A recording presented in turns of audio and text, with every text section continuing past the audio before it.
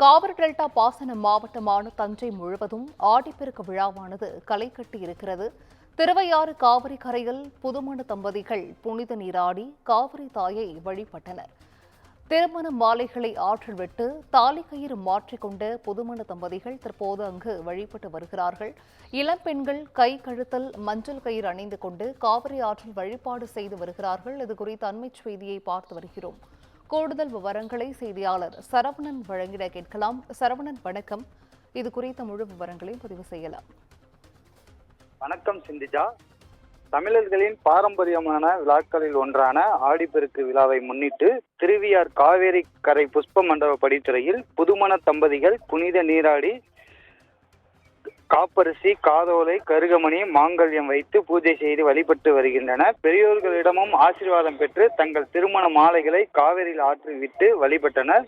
விவசாயத்திற்கு உறுதுணையாக இருக்கும் காவேரி தாய்க்கு நன்றி செலுத்தும் விதமாகவும் ஒவ்வொரு ஆண்டும் ஆடி மாதம் 18ஆம் தேதி ஆடிப்பெருக்கு விழா கொண்டாடப்பட்டு வருகிறது.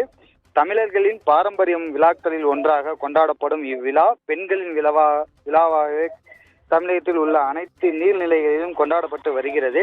அதன்படி தஞ்சை மாவட்டம் திருவையாறு அருகே காவேரி கரை புஷ்ப மண்டப படித்துறையில் புதுமண தம்பதிகள் புனித நீராடி வருகின்றனர்.